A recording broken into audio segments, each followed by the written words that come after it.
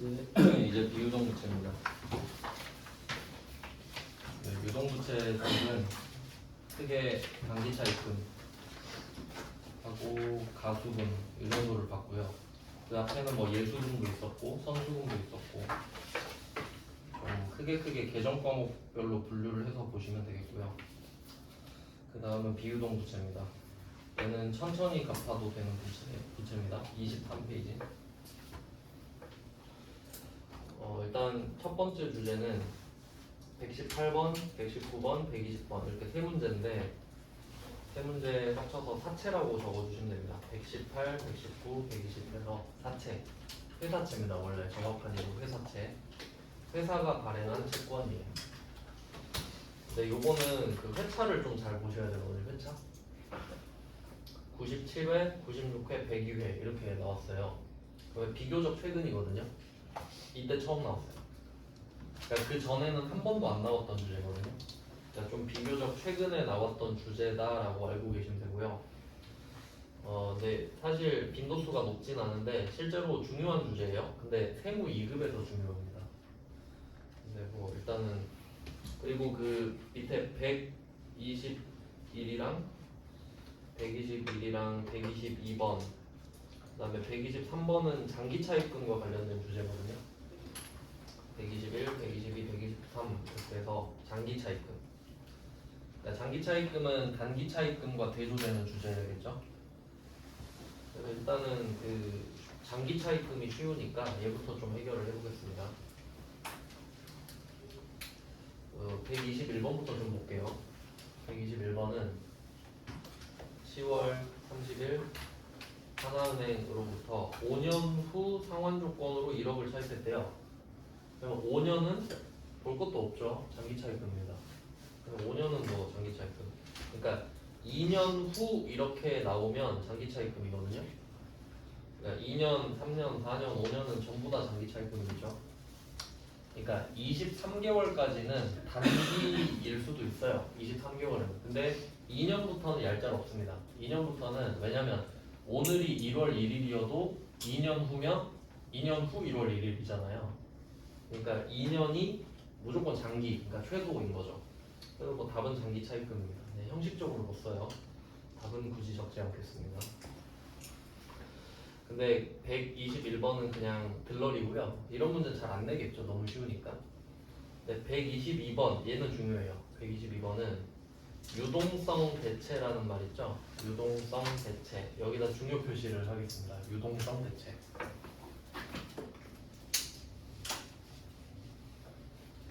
요거는 어차피 붕괴를 다 하긴 해야겠네요. 일단 그림으로 먼저 설명을 해드릴게요. 유동성 대체는 좀 잘 나오는 문제인데 전제는 장기 차입금이어야 돼요. 그래서 122번 문제를 한번 읽어보면 기말 현재 우리은행 차입금 3년 만기 되어 있죠. 그럼 이건 장기 차입금일 거 아니에요. 볼 것도 없습니다. 그 다음에 이 중에 300만 원이 상환기간 1년 이내로 도래했다. 그러니까 처음엔 장기 차입금이었는데 지금 보니까 아니네 정도거든요. 그림으로 일단 한번 볼게요.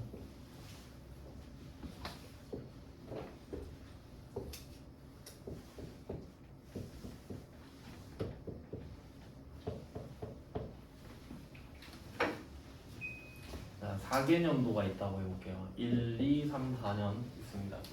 첫 번째 해에 차입했다고 할게요. 차입. 돈을 빌렸어요.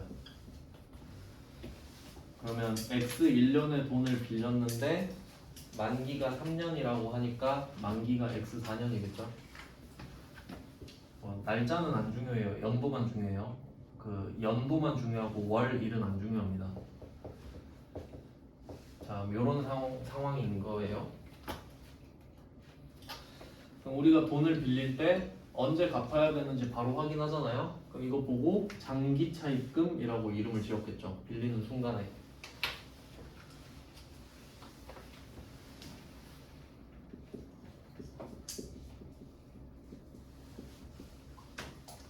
장기 차입금. 그리고 3년 뒤에 갚으면 되거든요. 빌릴 땐 그런데 이제 시간이 가잖아요. x1년 결산하고 x2년 결산하고 x3년 결산을 하는 이 순간, 이때 보니까 장기 차입금인 애가 있어요. 근데 만기가 1년도 안 남아 있는 거예요. 그러니까 이때예요 지금. 바로 지금 이 순간입니다. 이때. 그러니까 상환 연도 전년 말에 결산이 되는 거죠. 상환 전년도의 결산. 그래야 1년이 안 남아있죠. 그럼 이게 장기 차입금이라고 써 있는데 가만히 있으면은 장기 차입금이니까 천천히 갚아도 되겠다 이 생각하잖아요. 근데 갑자기 돈 갚으라는 거예요. 그러니까 관리가 안 돼 버리잖아요. 그러니까 결산 때 확인을 해서 아 얘는 더 이상 안전한 부채가 아니다 라고 해서 이름을 바꿔주는 거예요. 그러니까 처음에는 비유동 부채였는데 이제 유동 부채가 돼버렸잖아요. 그러니까 그게 유동성 대체예요. 비유동이었던 애가 유동적인 성격으로 바뀌었다고 대체해주라고. 위험한 애가 됐으니까. 근데 또 얘는 단기 차입금이랑은 달라요. 단기 차입금은 빌리는 순간 알아요. 빌리는 순간 내년 안에 갚아야 된다는 걸. 그러니까 애초에 위험한 걸 알고 있었지 단기 차입금은. 근데 얘는 마음 놓고 있었잖아요. 그러니까 1년 안 남았을 때 이름을 바꿔줘야 돼. 근데 이걸 단기 차입금으로 바꾸는 건 아니죠. 왜냐면 단기 차입금이랑은 다른 애니까. 그래서 그때 바꿔주는 이름이 유동성 장기부채예요. 유동성 장기부채.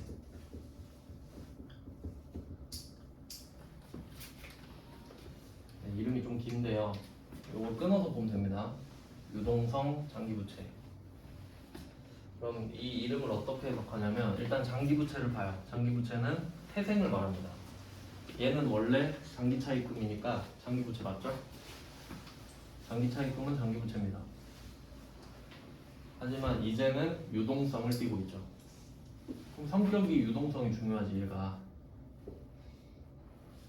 성격이 중요합니다. 성격이.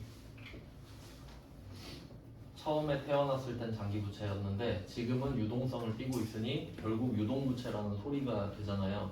그러니까 얘는 그냥 가운데를 딱 가리고 보잖아요. 유동부채. 이게 유동부채입니다. 그래서 성격은 유동부채. 이때 이 이름을 바꿔주는 걸 유동성 대체라고 해요.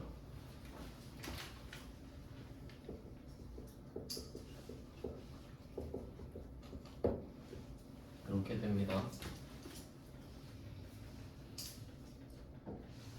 그래서 지금 이 상황이 121번 다음에 122번으로 이어지는 거예요.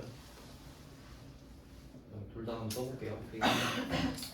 121번은 그냥 형식적으로 자리만 보려고 씁니다.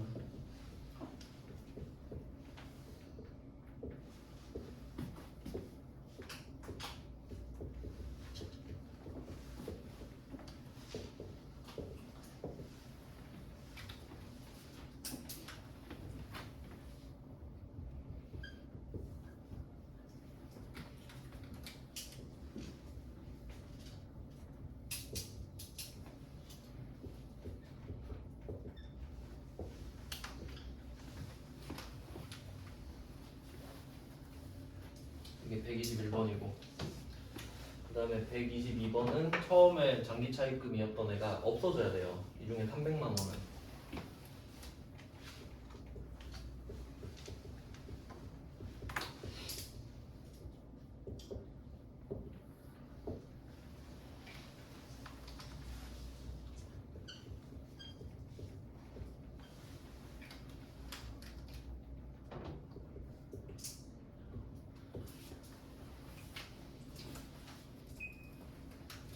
일단 장기차입금 이 중에 300만 원만 1년 안에 빨리 갚아야 되는 거예요. 그러니까 시기가 다른 거죠, 금액이. 그러면 장기차입금을 없애고 유동성 장기부채를 넣어주면 됩니다.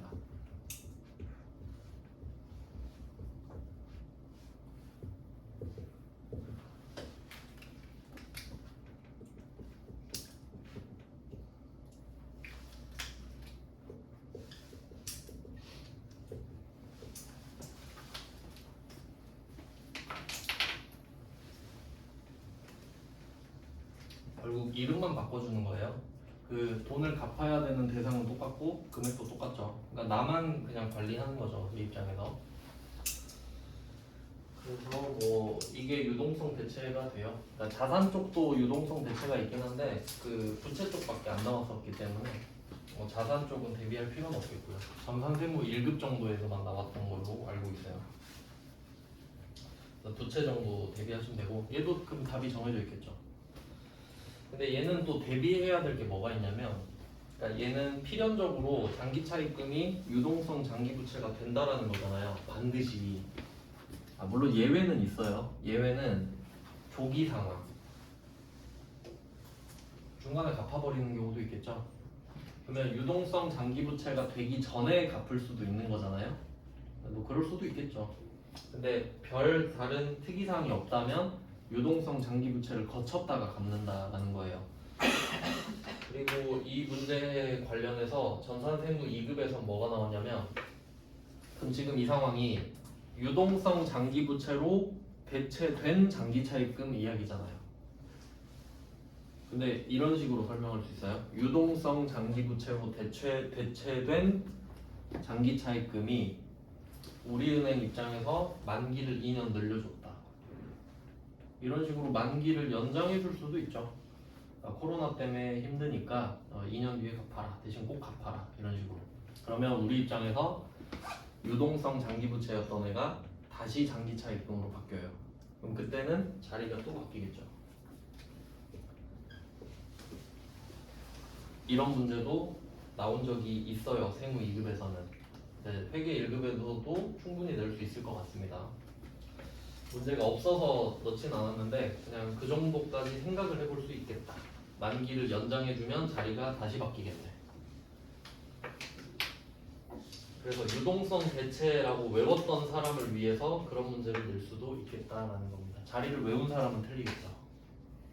그러니까 만기가 1년 이내로 도래하면 자리가 이게 맞는데 만기 연장하면 또 X자로 바뀐다. 까지 보시면 되고요. 그 다음은 123번입니다. 이게 바로 그런 문제인데 123번이 기업은행에서 차입한 장기차입금이라고 돼 있잖아요. 근데 얘를 지급했다 그러죠. 장기차입금을 갚았다 이 말이에요. 그러니까 요거는 잘은 모르겠는데 제 생각에는 중도상환. 왜냐면 장기차입금을 갚을 수는 없잖아요. 근데 뭐 갚으라고 하면, 그러니까 이게 출제자가 의도를 한 건지 아닌지는 모르지만 일단 우리는 시키는 대로 해야 됩니다. 그럼 얘는 뭐 바로 그냥 갚아버릴게요. 일단 장기 차입금 없애주고 원금 2천만 원 그리고 이자도 같이 줍니다. 이자 비용 30만 원.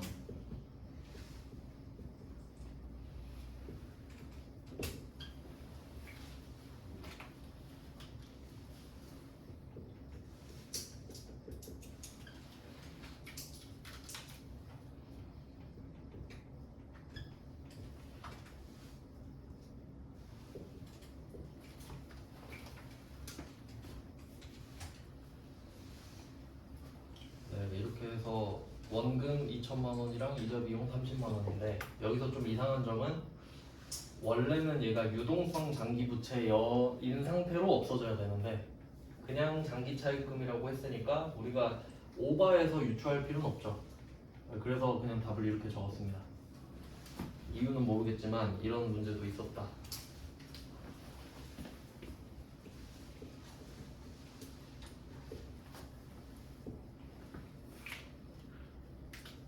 근데 아마 제 생각에는 아무 생각 없이 낸 것 같습니다. 그냥 의도한 게 아니라 그냥, 그러니까 이게 단기 차입금이면 말이 되죠. 장기 차입금이면 조금 아쉽다. 근데 중도 상환이라고 제가 그냥 약간 꿈보다 해몽식으로 하면 말이 되긴 돼요. 이렇게 해서 장기 차입금 관련된 이슈 해봤어요. 빌리고 만기 1년 이내로 가면 유동성 대체하고 그 다음에 갚고. 장기 차입금 해봤고 그 다음은 사채인데 사채는 아까 말씀드린 대로 96회 전에는 한 번도 안 냈던 주제입니다. 그 전엔 저도 알려주지 않았죠. 한 번도 안 냈으니까. 근데 이제 내니까 문제를 넣은 건데, 그러니까 보니까 이제 슬슬 낼 것 같다라는 느낌이 들죠. 그러니까 96회, 97회에 낸 거는 뭐 그렇다 치는데 102회에도 냈잖아요. 그럼 이거는 내겠다라는 뜻으로 받아들이시는 게 좋습니다. 슬슬 범위를 확장하고 있는 건데요. 근데 이제 사채는 좀 장기 차입금이랑 내용이 다른데 비슷하면서 달라요. 처음에 제가 그 지분증권이랑 채무증권 하면서 설명했던 내용인데 A랑 B가 있을 때 B가 A한테 돈을 준다. 그럼 A는 B한테 뭘 주느냐 이런 문제였거든요. 그러면 이때 주식은 A가 B한테 소유권을 주는 겁니다. 돈 주는 만큼 네 말을 잘 들을게. 근데 여기서는 채무증권을 주는 거예요. 채권을. 차용증서 같은 느낌의, 진짜 차용증서는 아니고 차용증서 느낌의 채권을 주는 겁니다. 그러니까 이 금액에 써진 돈을 줄 테니까 일단 돈 좀 빌려줘 라는 거죠. 그래서 채권이 나오면은 채권을 발행했다라는 말은 돈을 빌렸다 라고 해석하시면 돼요. 채권을 발행했다는 돈을 빌렸다.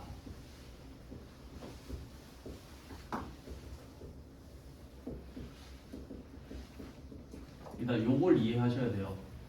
채권을 발행한 것 자체가 돈을 빌렸다는 뜻이구나. 근데 우리는 회사잖아요. 그 회사가 발행한 채권을 사채라고 부른다는 거예요. 그러면 A 입장에서는 이 빌린 돈이 사채, 그 부채죠, 부채. 빌린 돈이 되는 거고. 그러면 B 입장에서는 우리가 배웠죠, 유가증권에서. B 입장에서는 이 채무증권을 딱 보면서 단타 칠 건지, 장기 투자할 건지, 만기까지 보유할 건지에 따라 단기 매매증권, 매도 가능증권, 만기 보유증권이 되는 거예요. 그러니까 상대적인 거죠, 요거는. 그러니까 우리는 B 입장을 먼저 배웠던 거예요, 자산에서. 근데 이제는 부채를 배우니까 A 입장으로 온 거지. 자, 이런 내용인데, 그러면 이제 이걸 생각해 볼게요. 돈을 빌리는, 그러니까 돈을 조달하는 방법 중에 제일 쉬운 게 은행 가서 빌리는 거예요. 제일 깔끔해요. 근데 그런 게 안 될 수도 있지. 은행한테 뺏지 먹을 수도 있죠. 돈 좀 빌려주세요 했는데 저번에 빌려줬는데 또 이러거나 너 돈 못 갚을 것 같은데 이럴 수도 있죠. 그러면 이제 증권회사 가가지고 저 사채를 발행하고 싶어요 라고 하면은 얼마 발행하고 싶어요? 해요. 그러면 여기에 1억 나왔거든요. 1000만 원이네. 1000만 원. 118번 보면은. 그럼 이거는 구조가 어떻게 되냐면 증권회사가 금융상품을 만들어요. 1000만 원을 조달하기 위해서.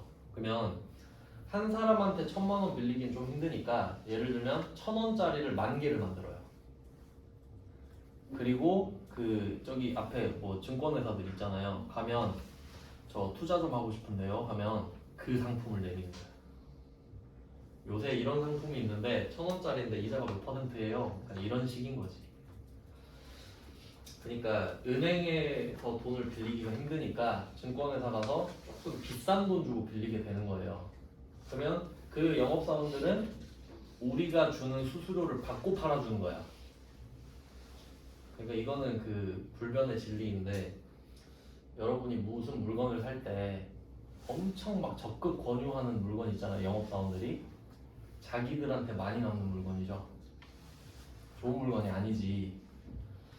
그래서 그냥 증권회사 가서 투자하고 싶은데 하는데 뭘 추천해준다. 아 이걸 수수료를 제일 많이 받는구나 생각하시면 되고, 여러분이 멘토랑 상담할 때도 갑자기 이걸 막 추천해.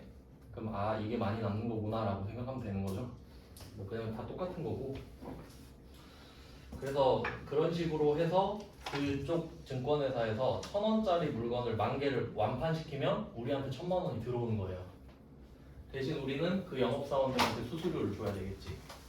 그러니까 조금 더 비싼 돈 주고 빌려요. 이유는 신용도가 낮으니까. 그 정도 느낌이에요. 그래서 채권 같은 거는 신용등급이 매겨지잖아요.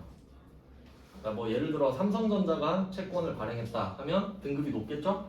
그러면 그건 이자를 조금 줘도 돼요. 왜냐면 여러분이 삼성전자 이름 다 아는데 삼성전자 채권을 사면서 삼성전자가 망할 거라 생각 안 하죠. 그럼 이자가 조금 적혀 있어도 산단 말이에요. 근데 웬 듣보잡 회사가 적혀 있죠. 그럼 이자가 7% 있어도 좀 망하면 어떡하지 이렇게 되지. 뭐 그런 느낌이에요. 그러니까 좀 구조가 복잡한데 우리는 이 정도만 알면 됩니다. 자, 그래서 사채를 한번 발행해 볼게요.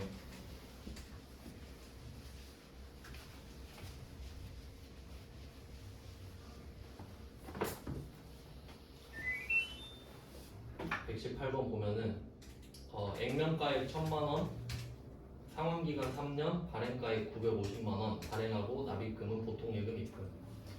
그러니까 우리 입장에서는 그 실제로 액면금액 1,000원짜리 10,000개 팔았다 했잖아요. 그럼 그 사람들은 1,000원 적혀 있는 거 보고 1,000원을 받겠구나 이 생각하죠. 그럼 액면금액이라는 건 뭘 의미하냐면 신뢰를 의미합니다. 신뢰. 그러니까 여러분이 5만원짜리랑 만원짜리 두 개 갖고 있다고 해봐요. 실제로 5만원의 가치가 만원의 5배는 아닐 거예요. 그치, 원재료 값이 5배가 딱 드는 건 아닐 거 아니에요. 근데 그냥 약속했죠. 5만이 써있으면 5만원으로 하자 했고 만원 써있으면 만원으로 하자 했죠. 그러니까 그게 약속이잖아 그냥. 그러니까 우리도 1,000원짜리를 10,000장을 발행했기 때문에 그걸 집어든 사람한테 1,000원을 줘야 되는 거죠. 그러니까 여기서 액면가액 1,000만원은 우리가 줄 돈입니다. 갚을 돈이죠. 갚을 돈. 그리고 그 계정 과목은 사채고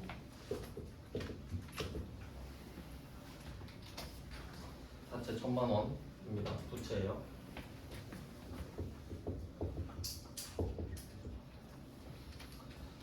그리고 이게 장기 차입금이나 단기 차입금이면은 대상이 딱 하나잖아요. 은행. 그래서 은행 땡땡은행 적잖아요. 근데 사채는 누군지 몰라요.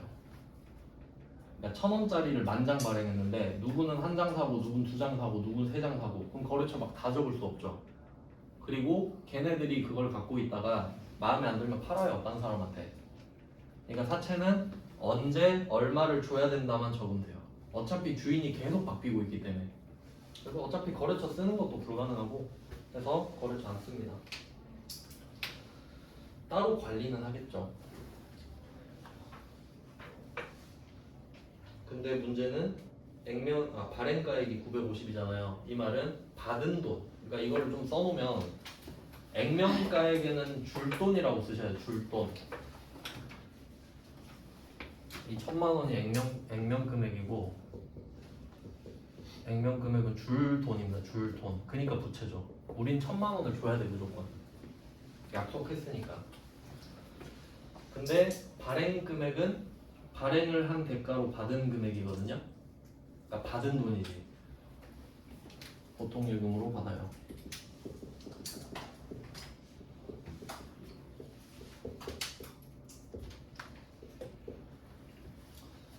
그럼 이게 장기 차입금이랑 차이를 생각해 보면 일단 장기 차입금은 거래처가 하나죠. 은행 하나 딱. 그리고 빌린 돈만큼 주잖아요. 근데 사채는 지금 보면은 나는 1,000만원을 갚아야 되는데 950밖에 못 받았죠. 그러면 이 50만원은 아마도 수수료 때문에 차감이 됐을 수도 있고 근데 원래는 이자가 따로 있는데 그 채권의 쿠폰 금리가 따로 있는데요. 근데 그것까지는 할 필요 없을 것 같고 그냥 어차피 금액만 주니까 이게 그 사채를 사면은 사채가 금융상품이라서 거기 몇 %라고 써 있어요 이자가. 근데 그 이자가 실제 이자랑 다를 거 아니에요. 그러면 그 사채에 써 있는 이자가 실제 이자보다 높으면 이 사채의 가치는 높아지겠죠. 근데 반대로 지금 그 뭐 기준금리가 3% 정도라고 치면은 내가 발행한 사채가 2%예요. 그럼 누가 내 걸 사겠어요? 은행 가면 3% 주는데 내 사채를 살 이유가 없잖아요 사람들이. 그러면 가격을 그냥 다운시켜 버리는 거야. 950만원 빌려주시면 1,000만원 드릴게요. 그럼 사람들은 50만원을 먹는다 이 생각하잖아요. 그럼 상당히 크죠? 그러면 이자가 적어도 사는 거지. 그래서 이런 거 보면은 이런 거를 할인 발행이라고 하거든요. 싸게 발행했다고. 근데 그 이유는 우리 사채의 이자가 적어서. 근데 그것까지 물어보진 않아요. 그냥 그런 것도 하시면 돼요.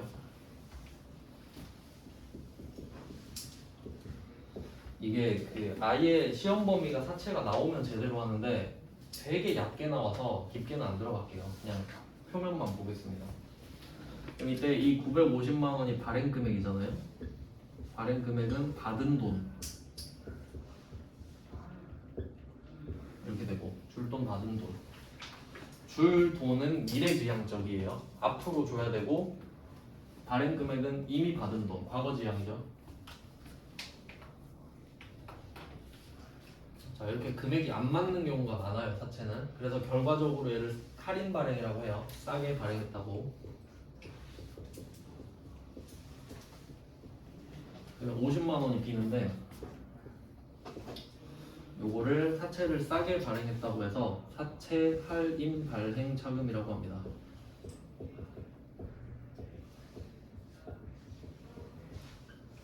이름 그대로 사채를 할인 발행해서 차이가 나는 금액.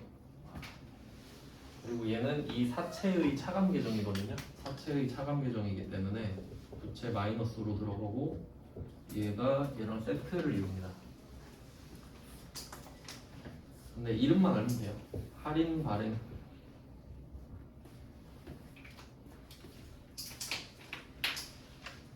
그러니까 뭐 답을 찾는 건 그렇게 어렵지 않습니다. 사채를 발행한 것 자체는 어려운 이슈가 아니에요. 그 후속 조치가 어렵거든요, 원래. 그 다음에 밑에 119번까지 바로 붙여볼게요. 119번도 사채를 발행했잖아요. 이번에는 2천만 원이네요. 사채 2천만 원 하고 발행 금액이 더 크네요, 이번엔.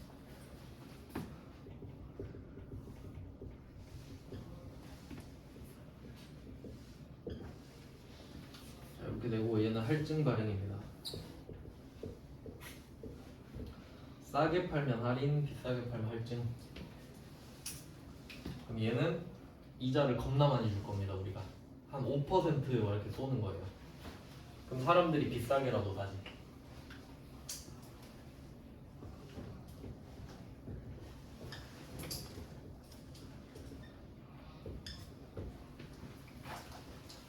자 그럼 이번에는 그 200을 더 받았으니까 방향이 반대거든요.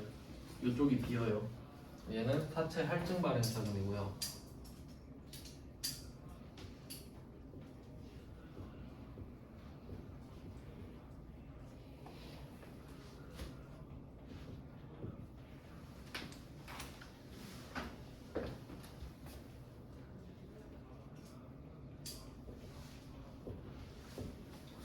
얘는 사채랑 역시 얘는 차감 계정이 아니라 가산 계정이 되겠네요.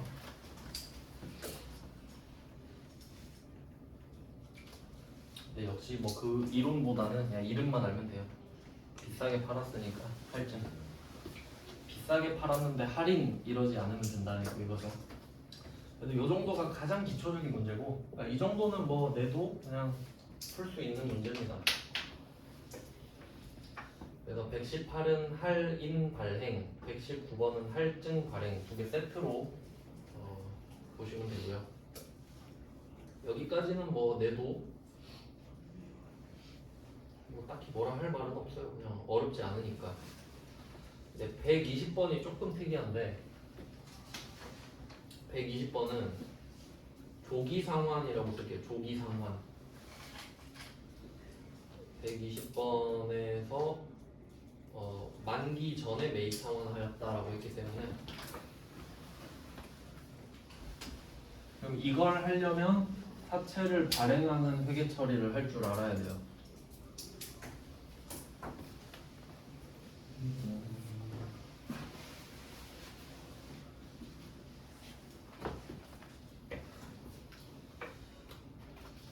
그럼 이때 120번은 사채 상환일 현재 미상각 잔액 25만 원 있다 그러거든요. 액면금액 1,000만 원이라고 그러죠. 그러면 얘는 어떻게 생각해야 되냐면 아까 할인 발행했던 거 있잖아요. 액면금액 1,000만 원 맞죠? 그러니까 액면금액은 절대 안 바뀌어요. 왜냐면 처음부터 끝까지 똑같은 애니까 얘는. 그리고 이때 사채 할인 발행 차금 50만 원 있었잖아요. 근데 이게 25만 원인 거야. 그러니까 원래 이게 할인 발행 차금이든 할증 발행 차금이든 둘 다 만기가 3년인데 만기가 3년이면 3년 뒤에 얘네들이 다 없어지게 돼 있거든요. 그러니까 50만 원으로 출발했어도 중간에 25만 원이 되는 순간일 수도 있는 거죠. 뭐 그렇다고 가정을 하고 이걸 갚아볼게요. 그러면 발행할 때는 사채가 대변이었잖아요. 그러면 갚으면 사채가 차변으로 가야겠죠. 반대가 되니까. 자리만 좀 이용해서 볼게요. 사채 1,000만 원이 차변으로 가고, 그리고 사채 할인 발행 차금이 차변에 있었으니까 X자로 또 바뀌겠죠.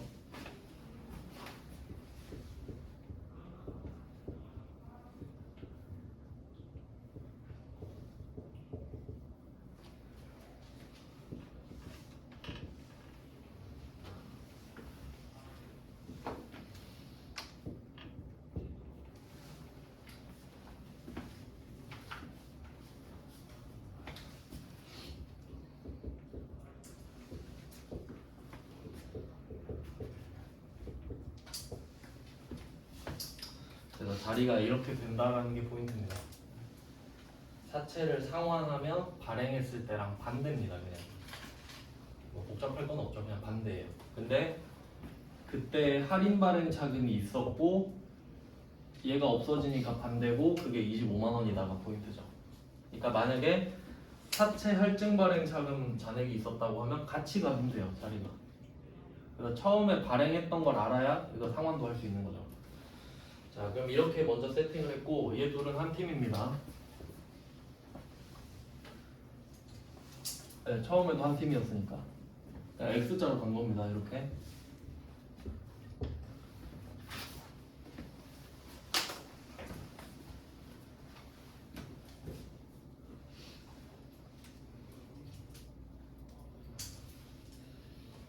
네, 이렇게 해놓고, 그러면 이제 얼마를 줬는지 볼게요. 그러면 이 상태면요, 우리가 975만 원이네. 975만 원을 줘야 딱 본전이에요. 왜냐면 25만 원이 붙어 있으니까. 근데 이걸 980만 원에 갚기로 했죠. 당좌수표 발행이니까 당좌예금 980. 그럼 5만 원 더 준 거잖아요. 원래 5만 원만 주면 되는데, 그럼 980을 줬어요. 그럼 이게 금리 때문인데, 그럼 어쨌든 우리가 5만 원 손해 봤잖아요. 그럼 왜 손해 봤냐라고 하면 사채를 상환하다가. 그래서 사채 상환 손실입니다. 사채 상환 손실.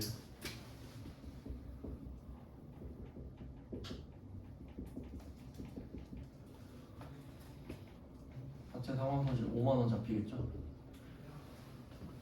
차변 대변 합계가 맞아야 되니까. 대변 합계가 지금 1,050이잖아요. 얘도 1,005만 원, 얘도 1,005만 원. 네, 얘는 비용이겠죠. 비용.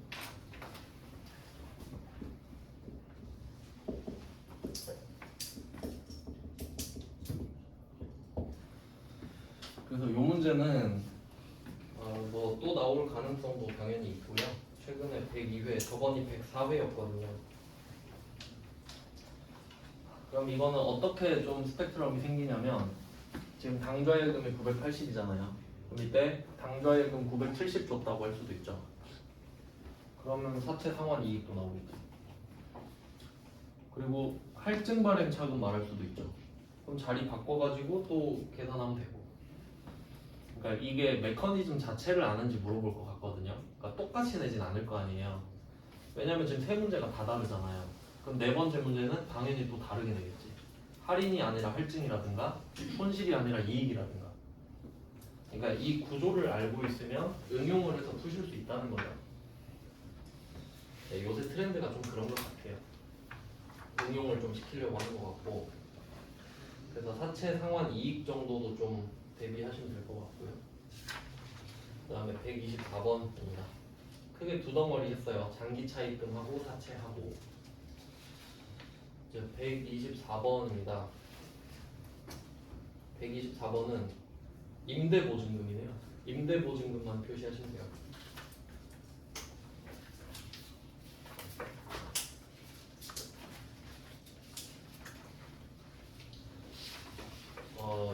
124번에는 그 89번이라고 좀 써놓을게요. 89번.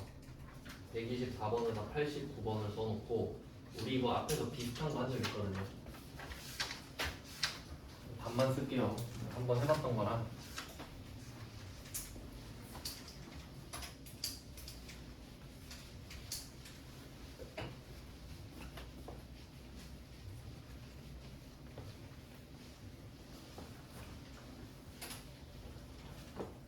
지금 이번 주에 이론을 다 끝낼 예정이고 다음 주에 실기를 몰아서 할 거거든요. 그래서 좀 약간 급하신 분들은 그 이미 올라가 있는 지금 올리고 있는 게 시즌 2예요. 시즌 1 거를 좀 먼저 보시면 될 것 같아요. 좀 급하다 하시는 분들은. 네, 뭐 124번은 답을 적어볼게요. 그럼 얘는 키워드가 임대료, 미수금, 임대보증금이거든요. 그럼 임대보증금이라는 말이 나왔기 때문에 우리는 건물주입니다.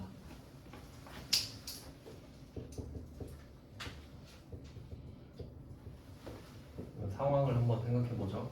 우리가 건물주니까 보증금을 달라고 할 거 아니에요. 그래서 보통예금으로 보증금을 받았다고 할게요. 뭐 금액은 훨씬 넉넉하겠죠? 2천만 원이라 돼 있네. 처음에는 더 많았을 수도 있는데 그냥 2천만 원이라고 할게요.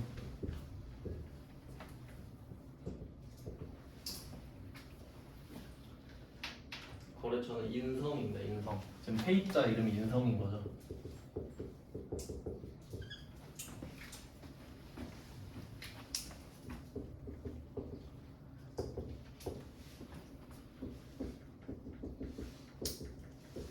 이게 첫 번째 보증금을 받았을 때 회계처리겠고,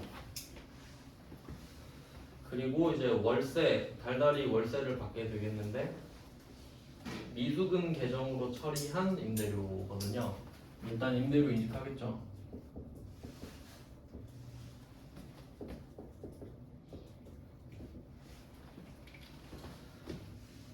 그리고 우리가 부가가치세를 배웠잖아요. 그럼 이게 금액을 한번 생각해 보면 왜 495만 원이냐면 월세가 450만 원일 거예요. 그럼 부가세 45만 원이죠. 그래서 495만 원일 겁니다. 그냥 부가세 없는 셈 치고 할게요.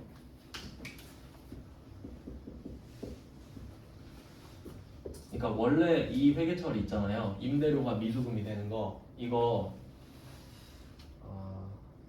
일반적 쪽이구나. 상대가 돈을 안 줬으니까 세금 계산서를 못 주겠네.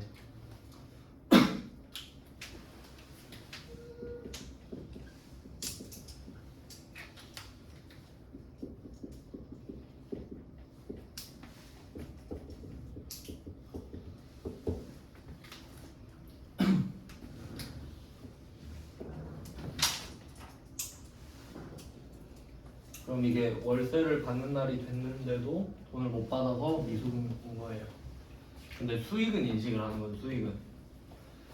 자, 이렇게 돼 있는 상태인데 얘가 돈을 도저히 못 주겠다고 한 거예요. 그러면 그냥 네 보증금에서 까자 이렇게 되겠죠. 임대료 미수금 없애고 임대 보증금을 없애면 됩니다. 그리고 월세가 495만 원이니까 보증금도 495만 원만 빼면 되겠죠.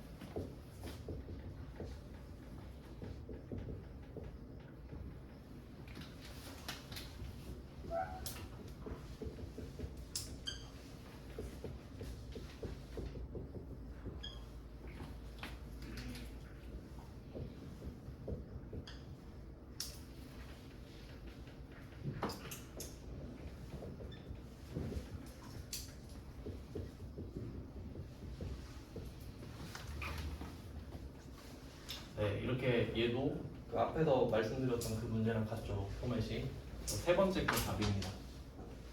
너에 대한 부채를 까고 너에 대한 자산을 까겠다. 보증금과 퉁치자 이거죠. 네, 앞에서 했던 거랑 같아요. 네, 비교해서 같이 보시면 되겠고. 자, 그 다음에 24페이지입니다. 여기까지 할 건데. 이게 그 앞에서 퇴직연금 할 때 같이 했던 주제인데 퇴직급여 충당부채가 나와요. 그래서 125번이랑 126번이 퇴직급여 충당부채 설정이거든요. 그러니까 이 퇴직급여 충당부채 설정은 12월 31일에 해요. 그리고 참고로 얘는 분개를 할 필요가 없습니다. 그래서 125랑 126은 결산해서 따로 알려드릴게요. 얘는 회계 처리를 우리가 따로 분개를 할 필요가 없어서 그냥 이런 게 있다 정도. 그러면 그 설정을 한 걸 토대로 127, 128, 129가 직원들 퇴사하는 거거든요. 그러니까 125, 126은 12월 31일에 지금 직원들이 다 퇴사하면 얼마 줘야 되지? 라고 생각하는 거예요, 그냥. 근데 그에 비해서 127, 128, 129는 퇴사를 한 겁니다.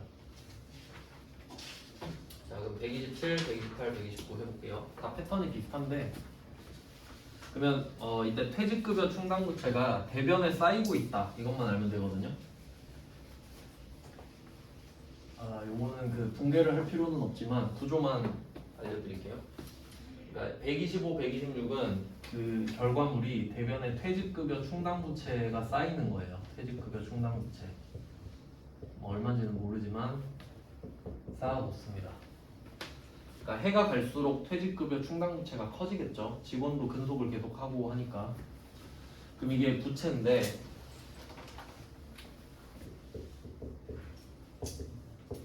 그러면 이 부채는 돈을 빌려서 갚아야 되는 게 아니죠. 법 때문에 그런 거죠. 그래서 이때 부채가 생기는 이유가 비용 때문이다. 비용 때문이에요. 퇴직급여라는 비용 때문에. 그러니까 500번도 있고 800번도 있고. 그 앞에서 그 퇴직급여, 퇴직연금 운용자산 할 때 BC형이 있었거든요. 그게 퇴직급여라는 비용으로 처리를 했었단 말이에요. 여기서도 또 쓰거든요.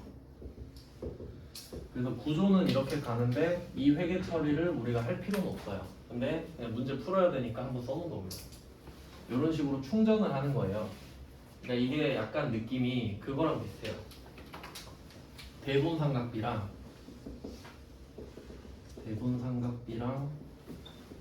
대손충당금이랑 좀 비슷하거든요. 그래서 복습하실 때 이 부분이랑 같이 보면 좋아요. 진짜 완전 똑같아요.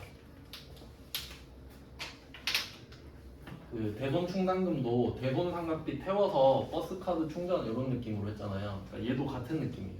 근데 얘는 부채인 거지 그냥. 그땐 자산 마이너스였는데. 자, 이제 퇴사를 한번 시켜볼게요. 127 시킨 게 아니고 지가 했겠죠.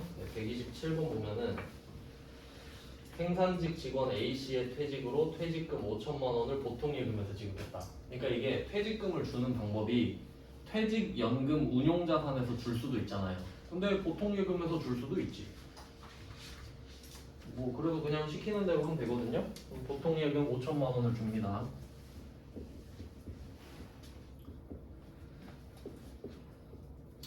자, 그리고 이걸 생각해야 돼요. 회사가 직원한테 돈을 주고 있잖아요. 그럼 직원한테는 수득이 생기는 거예요. 수득. 그러면 너 세금 내야겠네. 너 세법 모르지. 내가 원천징수 해줄까? 이렇게 가야 맞거든요. 근데 이 127번 문제는 두 번째 줄에 원천징수는 고려하지 아니한다 했죠. 그러니까 있지만 하지 마라 이 말이에요. 그러니까 원래는 예수금이 있어야 돼요. 원래는 예수금이 있어야죠. 근데 지금은 하지 마라 이 말입니다. 그래서 일단 보통예금을 다 준 거예요.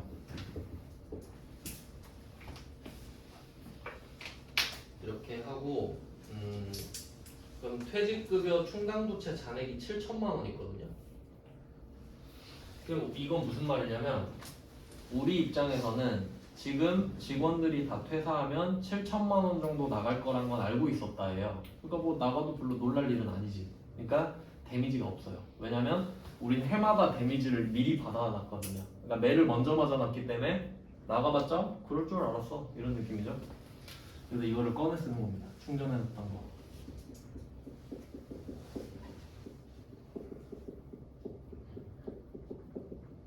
$5천만 원만 꺼내서 쓰면 되겠죠. 그래서 이 정도면 굉장히 쉬운 답이죠. 이게 첫 번째 답이고요. 예수금 무시하라 했으니까 답이 굉장히 쉽습니다. 네, 그다음에 다음 거 바로 할게요. 128번.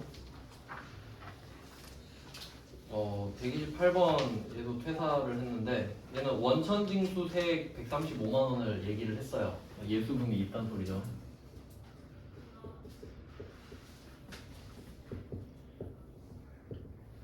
그러니까 이거 월급 주는 거랑 좀 비슷한 느낌이잖아요. 돈 주는 거니까.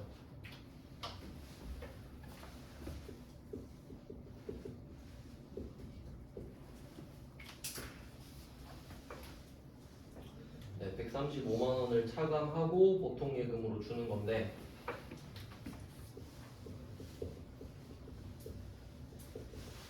그럼 이때 보통 예금으로 주는 금액은 1,450만 원에서 135만 원을 뺀 금액이겠죠? 이거는 뭐 알아서 나오게끔 되어 있습니다. 자, 그러면 대변은 이런 식으로 보고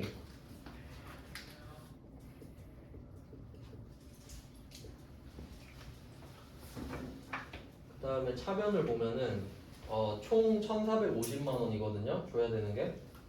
그럼 이게 퇴직금은 월급이랑 다른 게 뭐냐면 월급은 얼마가 되든 간에 그 몇 하고 끝이거든요. 그 몇. 근데 퇴직금은 퇴직급여 충당부채 잔액에 따라 달라져. 얼마가 있는지. 그러니까 방금 127번은 넉넉하게 있었잖아요. 그러니까 5천만 원만 쏙 빼주면 되거든요. 근데 128번은 퇴직급여 충당부채 1,100만 원. 이거 제가 써놨죠. 이게 원래 조회해야 되거든요. 그냥 써놨어요 여기서는. 그러면 퇴직급여 충당부채 1,100만 원 빼서 써야 돼요.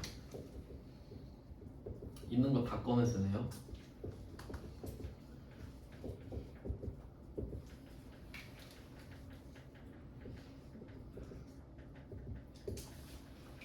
그러니까 이게 포인트예요. 일부러 부족하게 줬다는 거죠. 이거 대손 충당금 때도 좀 비슷한 사건이 있었는데, 그러니까 이게 퇴직급여 충당부채를 퇴직급여로 만들잖아요. 얘를 태워가지고 얘를 만들잖아요. 그러면 얘가 부족하면 퇴직급여가 한 번 더 나오지. 그러니까 이게 대손 충당금, 대손 상각비랑 똑같다는 거예요. 그러면 얘는 퇴직급여가 오는데 얘 800번이에요. 영업부부 직원이라서. 그러니까 이게 훨씬 오답률이 높겠죠.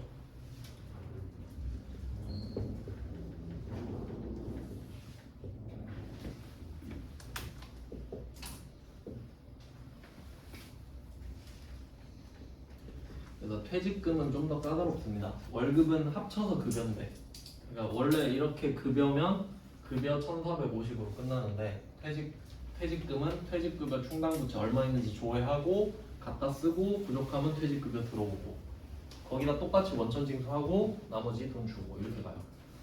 차변이 좀 더 복잡하지 퇴직금은. 그 다음에 129번 여기까지 하고 빨리 끝낼게요. 그리고 128번에서는 그 퇴직연금에 가입되어 있지 않다 그랬잖아요. 이 말이 퇴직연금 운용자산이 없다는 소리입니다.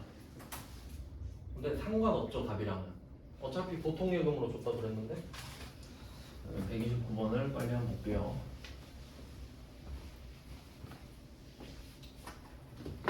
자, 129번은 회사 판매직 직원이 퇴직하였다. 그리고 얘는 회차가 88입니다. 이거 틀리라고 낸 문제예요.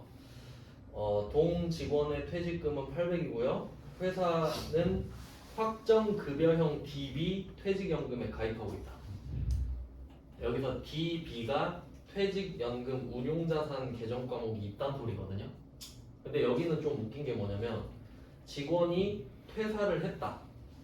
그리고 얘한테 줘야 될 돈이 800만 원이다까지 말을 했잖아요. 근데 돈을 줬단 말이 없어. 맞죠? 그러니까 원천징수 이야기도 안 하죠? 그래서 이거 아마 전부 다 정답 처리일 거거든요. 그랬나? 하여튼 좀 논란이 있던 문제인데, 그러면 이거를 답이 어떻게 됐었냐면 일단 여기서 관련 자료를 조회하라 그랬잖아요. 그럼 먼저 조회해야 될 게 퇴직급여 충당부채예요. 이건 뭐 당연한 거죠. 퇴사했으니까.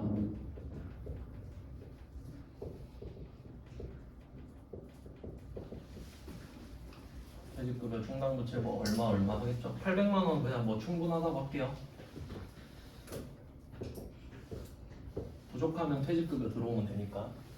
그럼 대변은 뭐가 정답이었냐면 일단 첫 번째 정답 처리가 됐던 게 대변에 퇴직연금 운용자산을 쓴 게 정답 처리가 됐어요. 그러니까 D, B형이니까 거기서 줬겠지라고 추측하는 거 정도는 그래 맞다고 해줄게 뭐 이런 답이 있을 수 있겠죠. 근데 이게 정확한 답은 아닙니다. 제가 보기에는 더 정확한 답은 퇴직연금 미지급금이라는 게 있거든요. 퇴직연금 미지급금.